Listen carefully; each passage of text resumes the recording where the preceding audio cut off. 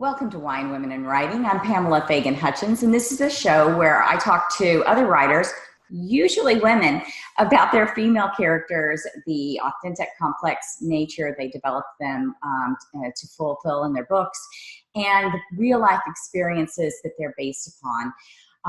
I am sorry to say that occasionally we dip into oversharing profanity, whatever comes up in an interview, but we try to keep it real. And with vast quantities of whatever gets us through another day, which for me today should be coffee, because I was out with my 21-year-old daughter last night and way too late for this 52-year-old woman. I also wanted to remind everybody that if you pop out to my website, you can see the upcoming Wine, Women, and Writing shows. There's a few Mezcal Men in Mystery because I've had a few really super male writers come on the lineup. And you can look at past shows as well. You can pick up a copy of any of my new releases from the What Doesn't Kill You series. And most importantly, enter contests. Got one going on right now that ends in a few days for some Cultisca Distillery merchandise to go with my Maggie books. And I've got a reader appreciation retreat in Wyoming this summer, and I'm picking 6 readers to come up and experience the Maggie life with me. So be sure and sign up for that.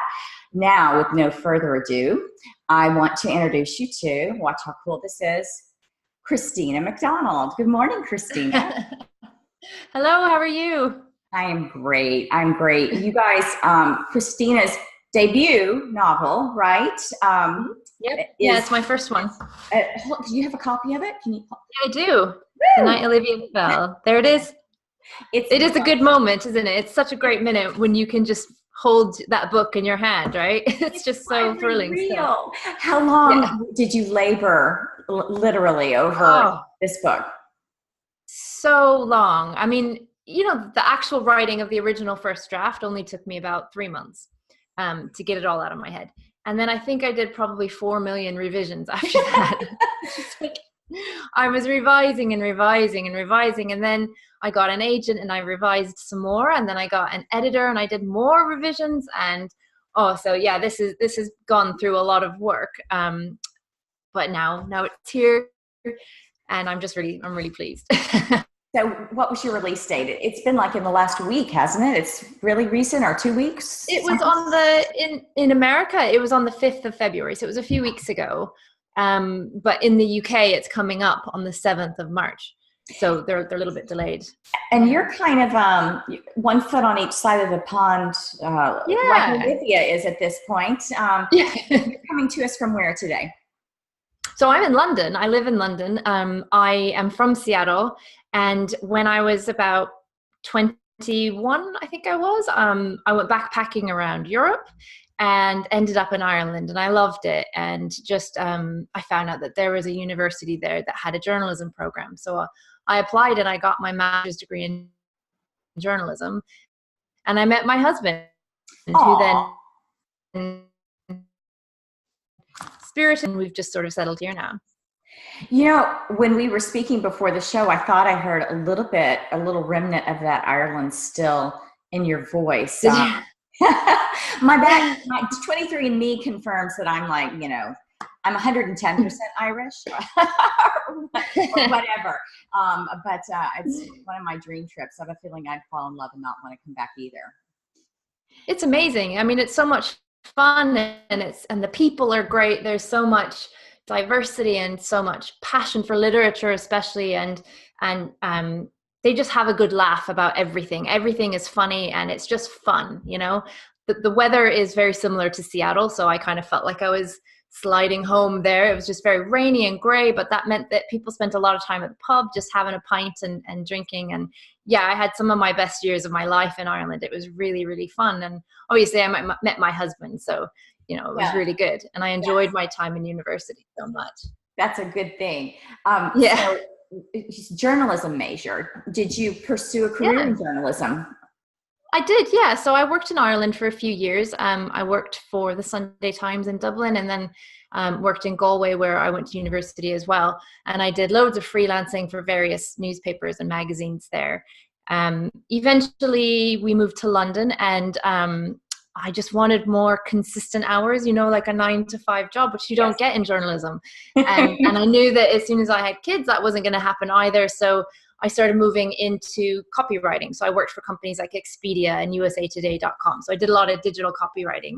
And but my passion was always writing a book, writing stories. So when I was a little girl, I used to write stories for my sisters, and I would tell them, as soon as I could hold the crayon, I was drawing them stories and writing stories and telling them stories at bedtime. And that's always been my dream. So when I got to a point in my copywriting career where I was fairly successful in doing well, I thought, I'm going to move over and actually pursue my dream and become an author now. And it sounds so simple when I say it like that. I'm going to become an author. And then it happened. It didn't just happen. It was years. But yeah, so I've been pursuing that dream for years. And yeah, here I am. I think that's fantastic. And it's especially hard when you have little ones running around. And the development of this book would have been, well, you had 2 young kids in the house. Yeah, I had 2 young kids and I had a full-time job. I was working full-time. So definitely every second in the evening, as soon as I put them down to bed, every second in the evening, I was, banging away on my laptop. And every free minute I had at the weekends, I was banging away at my laptop. And my husband was amazing because during that time, I would be like, oh, I have an idea. And I would just disappear to go write. And he'd be like, all right, guess I'm making dinner again or putting the laundry on, or, all those things that happen that you have to do in day-to-day life. And he really took over for me for that. But I just needed to get the story out, and I did. Well, it sounds like he believed in you. Yeah, for sure. Believes. Yeah. I'm sure he's super excited for you. And I think it's important to have somebody in your life that does. Pardon? Oh, absolutely. When I'm out doing workshops and things with other authors, my husband's always with me. He's an engineer. Yeah. But he loves this whole book world, and he loves being involved in it. And people are always saying, I need an Eric. It's my husband's name. I said, well, yes, you do. But it doesn't have to be a husband. It can be a best friend, your mom. Yeah. But to have that support. Super important. So tell me about The Night Olivia Fell. Where did the idea come from? So the idea came years ago when my littlest was a baby. He had just been born. And he wouldn't go to sleep when he was a newborn. He would not sleep unless I was holding him and rocking him. So I kind of resigned myself to just constantly being in the rocking chair, getting him to sleep. And I was reading the news while he was sleeping. I was reading the news on my phone, and I read a story about a girl in California called Jahi McMath. And she had gone in for just a routine tonsillectomy and suffered massive blood loss and ended up brain dead. And, I was holding my newborn baby at this time, and I was just thinking about what her mother had gone through and how traumatizing that would be. And I just started thinking about how she would feel, and what if? I think as authors, as writers, we always have that sort of rabbit hole that we go down. What if this and what if that? And so I did that with this story, and I came up with just a basic storyline of what I envisioned the story to be. And I gradually over time started writing it and just focusing more and more time on it and becoming more passionate about the story and the characters and their development and what they learned and who they became. But yeah, it all came from a news story, really. And that's, I can just picture it, that holding that warm baby against your chest and their soft, fuzzy little head. And you feel like, if you could just hold them there, that nothing will ever happen to them. I'm your mom and I'm going to take care of you. And you have that realization of, no, I can't control. And I think big theme in the book, right? A mom controlling. And we'll get to that. Yeah. But, I think it's every parent's worst nightmare, and especially, not especially, but I think it's very difficult as well if you're a single parent and something happens to your child because you have no support. And my mom was a single mother, and I think that's why I was reaching for the single mother theme. Right. Of when you're a single mother, for my mom at least, she just poured so much of her life and her love into myself and my sisters. And then, what if you lost your only child and you had nobody else? So that's where kind of some of the themes came from. So with the book, we've started talking about the book without even telling the listeners that haven't had a chance to read it yet what it's about. So give us just little teaser so that those have not been taking my advice to read it, because for the last few weeks I've been ending my show saying I'm reading your book and please read along with me. For those that did not do that, please tell them what it's about. Sure, yeah. The Night Olivia Fell is about a single mother, Abi, who gets a call in the middle of the night that her daughter has been in an accident. So she rushes to the hospital and she finds out that her daughter, Olivia, is brain dead. But Olivia is also pregnant. And she very quickly notices that there are bruises on Olivia's wrists. So she determines that this was no accident, and she decides to find out what happened that night, what happened the night Olivia fell. And, it resonated with me deeply, as I'm sure that it will to anybody that cares about another human, but especially parents, especially moms and daughters. 3 girls, the youngest of whom is 21. Christina got to meet her before we went online. She assisted her mother so willingly. But, especially when they're teenagers, you start to have those rumblings inside yourself of, I'm losing control. Time is coming where I'm not going to have control anymore. And so that need that Abi had to try to believe that everything was still the same with her daughter and to keep control really, hit me in the heart. Yeah. I think, it has to be so tough. And I mean, my kids aren't teenagers yet, fortunately, but I was a teenager and I know from a teenager's point of view that, when you're trying to get your own identity and your own personality and you're just trying to be your own person and your parent is sort of saying, no, I want to keep you safe. Now, as a mother, I can see how difficult that would be, especially when you have teenagers who are developing their own sense of self. It's crazy. I remember as a teenager thinking that my mom was just way too in my business. But by the time you hit about 20, 21, 22, you're starting to gain some appreciation. I don't think it's till you have your own kids, though, really, that you realize the culture you put them through. Yeah. And I know. I mean, I don't think I properly realized until I had kids of my own how grateful I am to my own mother. I mean, obviously I was grateful in like a philosophical sort of a way, but when you have kids of your own, you just kind of go, oh man, this is hard. It is hard work. And you just appreciate it so much. Yeah. When you get back to that image of you rocking your son and holding that warm body with that fuzzy little head in your arms, and you realize, oh my gosh, somebody felt this way about me once. And I don't think you really get it until then. And then it's like, my mama. Yeah.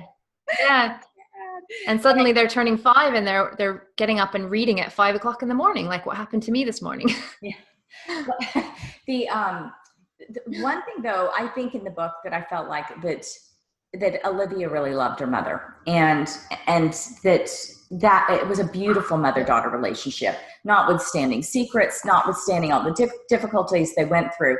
The way you did the alternating points of view, you didn't have a rotten teenage girl who everyone hates, and there are plenty of those in literature and in real life. You had a real child burgeoning on womanhood who was struggling, but in some ways she was trying to mother her mother in the same ways that her mother was mothering her, and I thought that was sweet.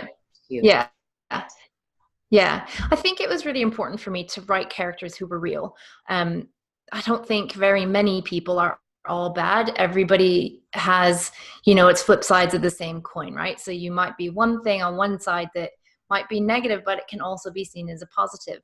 So I think it was really important for me to be able to show that, and to be able to show that from a mother's point of view and also a daughter's point of view. And the only way I could do that was to have both points of view, so the reader could capture the essence of who each of those characters was, and how they belonged together, and how they grew and developed together and separately. And how did they viewed their relationship and their interactions differently? The way those perspectives separated by generations, not generations, but by decades, the way those interactions were so misunderstood by each other, It was really, as a mother, really interesting for me to go through with them. And so you had come back to the States, to your to your home area for book release a couple of weeks ago. Was that fun? It was very fun. Seattle was having a huge snowstorm, so it was unusual because it doesn't usually snow in Seattle. So it was really fun. I was a little bit housebound with my mom, and we just got to hang out and celebrate the launch of The Night Olivia Fell, and it was just really beautiful and really nice. Yeah, I did enjoy it, and I got to see my sisters and my brother. Oh, that's cool too. So how does she feel about the book and the single mom? Was she pleased, and did she realize what a tribute that was to her? Yeah, I mean, I dedicated the book half to her and half to my husband. So I did. So my mom is mostly blind, so she can't really read the book, unfortunately. But she is very proud of me, and she's been very clear to tell me, well, I was proud of you before too. But she is very proud of me, and she came to. I had a book event, a book signing in Seattle, and she came with me, and she just kind of stood on the sidelines and just glowed the whole time. And it's just nice to know that she was there and just really proud of me, and that I've done well, you know, and that she's happy for me. Oh, that's wonderful to be able to spend that time together. And first book events are pretty awesome too. So to be able to go back and do that in your childhood, I find that a lot of times people have trouble transitioning in their minds from whatever they thought about you at a certain age. People you grow up with think of you as a kid they knew. Yeah. You were in university with, think of you as a student. People that worked with you in journalism, you're a journalist, but none of them can think of you as a writer. And so you've spent years becoming, you know, slaving away in a dark corner, writing your characters. And by the time you launch, you know, that story is so real to you, but it takes so long for other people to realize. And it's fun to experience that blossoming in front of them. And I'm happy that you got to go and do that at your hometown. Thank you.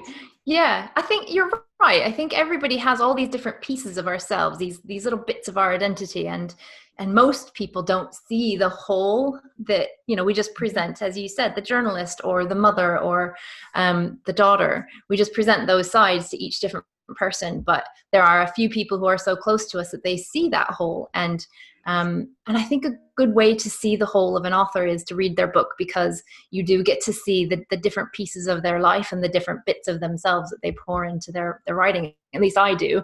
I don't know about you. I mean, I very much pour things into my writing, things that I hear even on the train or at the coffee shop, like just little snippets of conversation. I just, it goes into my writing and I'm like, oh, that's funny. Voice record. Yeah. I had one the other day. A guy was getting someone said, do you want a receipt for your barbecue? I was in line, and he said, yeah, better give me one. Might need an alibi, you know? And I thought, well, that's a good line, you know, and you just turn away and you voice record and say something about what you're like, you know? And I do the same. In my phone, I'm instantly taking notes. And so you get not only the pieces of the author's life, but you get pieces of the life around the author. And I think that when you look at the characters in books that people really hang on to, you know, and love that author because of it, or that book, or follow a series, it's because they're real. It's because they are multidimensional, like you said, and they have all the pieces, not just that one face that someone shows the world. So I think it's super cool. And like I said, I thought that not only did I enjoy the individual character's point of view in The Night Olivia Fell, but the way they interplayed with each other to show that depth. Really neat. So now that you have labored and birthed your first book baby, what one is cooking now? Are you working on something? Yes, I am. Every writer hates, like, no. I'm just finishing up edits on my second book, which is currently called All the Broken Things. Nice. So it's the title has changed a few times. It might change again. Now it's called All That Is Broken. Sorry. As I said, it's changed a few times. But it's basically about a woman who has a very troubled past, who is struck by lightning, and she is found unconscious down the street from where her mother was murdered. So when she wakes up in the hospital, the lightning has basically short-circuited her brain, and she can't remember what has happened, what happened that night. So it's about trying to find out if she can trust herself. And she doesn't trust herself, but she also doesn't remember.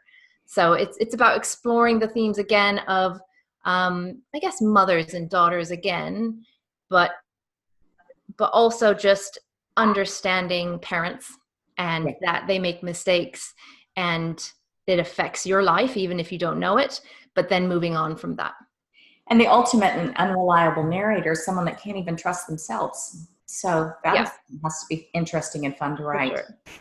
Yeah, and I wanted to try something where the narrator was a little bit unreliable, because I do like unreliable narrators, but I didn't want her to be falling down drunk, because it's been used so many times. And I thought, what can I use that would be a little bit interesting and different and new? And I was reading an article about somebody who had been struck by lightning, and they were left with these really cool sort of feathery fern looking scars all up and down their body where they'd been struck by lightning.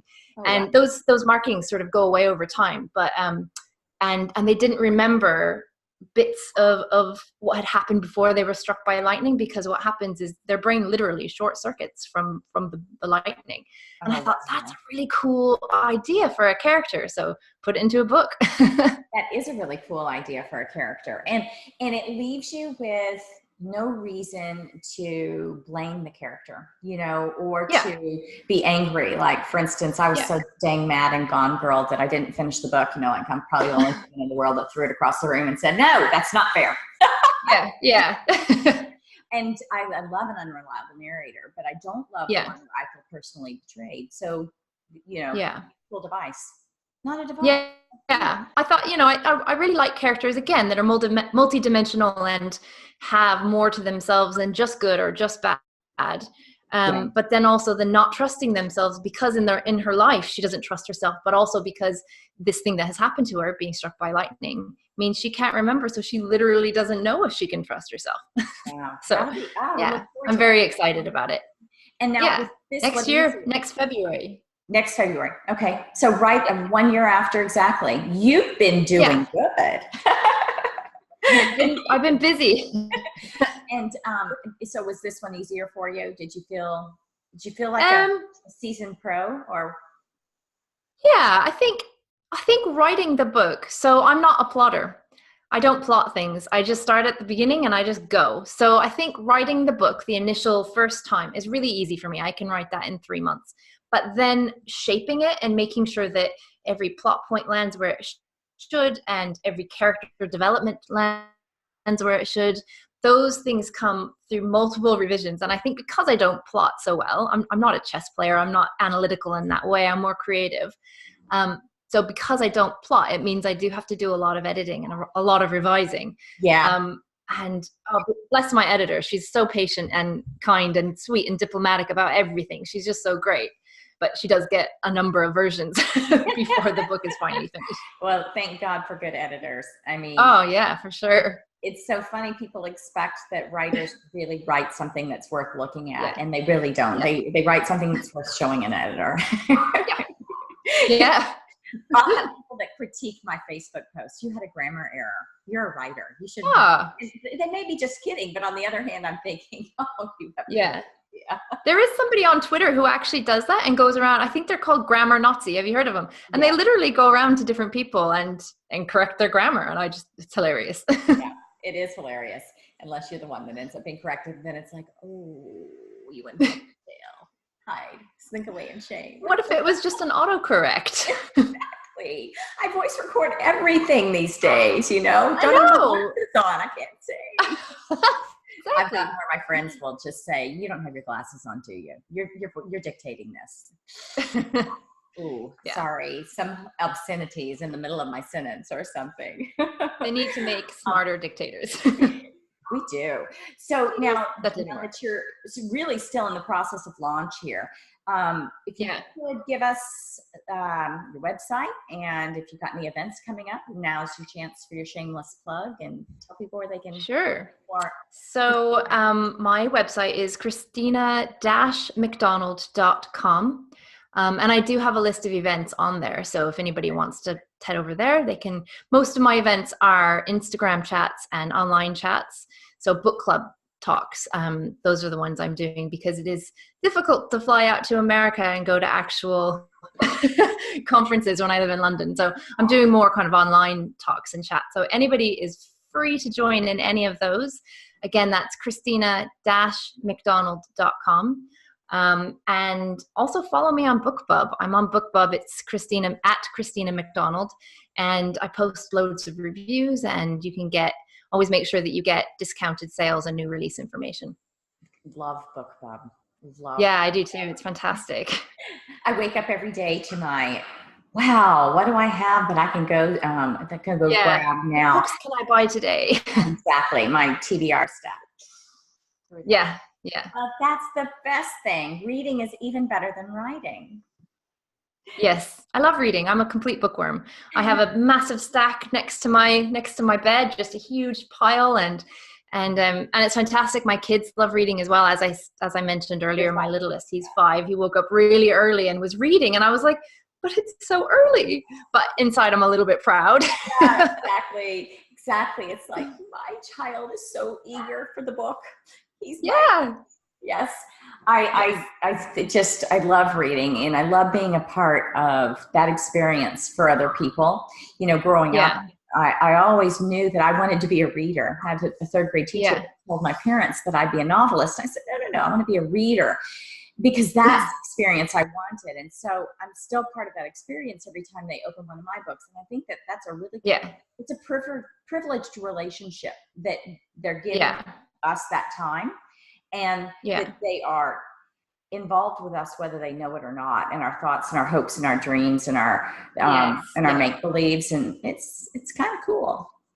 Yeah, it's very special. I mean, I've always been a bookworm as well. I used to have a little place in my closet, literally in my closet, where I had a bunch of pillows and I had some drawings on the wall, and I would shut the door. I'd go in there and I would just read after school. That was my favorite place to go, was hiding in the closet. I was like, don't bug me. I don't want anybody to talk to me. I'm going to read. And it was my favorite place to be. Go anywhere, do anything. It's awesome. So do you have any trouble concentrating when you're writing? Do you have to go into a space like that, or can you block out the world and just let it flow? Honestly, I probably wouldn't go out into the world and write, but I can write if there's stuff going on or if there's sounds going on. The only time I can't write is if my kids are around. If my kids are within a 5-mile radius, I can't write, because I think the mom brain takes over. That takes priority, and the writing brain goes to the back, and I can't think. So I have to make sure that I'm writing when they're at school. That's a good plan. The thing that I love about getting into the flow, and was wondering if this happens to you, especially since you're not a plotter, is where a character will take you over, and you get so wrapped up in what that character is experiencing that you literally are ruled by whatever their emotions are and can't shake them when you're done. So when Abi has a bad day. Yeah. I mean, that completely happens to me as well. I get really involved in what I'm writing. I get really involved in the characters and what they're experiencing. And I mean, I'm not going to lie, I cried a few times when I was writing The Night Olivia Fell. I got very involved in what was happening, and I was just like, oh, it's so emotional, you know. And I'm not a massive crier, but I did get really wrapped up in the story that I was telling, because I can see it. It's like I have a chalkboard in my mind and I can see it. It's actually portrayed for me, and it becomes very real, and I feel those emotions for sure. Well, I felt them when I was reading it too. So I think you did a great job of it. And I'm really excited that I got to have you on the show for your first book, and look forward to many. Thank you. You're very welcome. And for those of you that have not read the book, shame on you. I've given you lots of chances, but you can make it. It's The Night Olivia Fell. And book. There it is. It's beautiful. And it is gripping. It's emotional. And I think you'll really love it. So next week, we have CJ Box on for Wolfpack. I believe it's number, it's either 17 or 19. And I haven't had my coffee yet, in his Joe Pickett series. And I am really excited to talk about him and to show him the picture of us from a year ago where I fangirled him at a book signing, and prove what I told his publicist, that I do know CJ. Yes, I know him. He'll want to be on the show, of course. And so right now my Boston Terrier has lost his mind outside, and we're keeping it real, just like the characters here. I do want to remind you not only to pick up With the Night Olivia Fell, but you can get a copy of my Livewire, which drops next week, on pre-order right now. And if you're wanting to get warmed up for the new trilogy, the prequel short story, Shock Jock, is out. While you're out there grabbing it, enter the contest. Promise you don't want to miss out on liqueur-infused coffee. That's what's in this basket from Cultistica Distillery. I couldn't send you booze. The internet wouldn't let me. So infused coffee. And other than that, I just want to, again, say thank you to Christina and have a lovely day. And it's been a pleasure being here. It's really been fun. And thanks for putting up with the Boston Terrier and the technology issues when we started. And for the rest of you guys, go out, have a great week, and enjoy a good book. Why don't you? Yeah. Thank you so much. You're so welcome.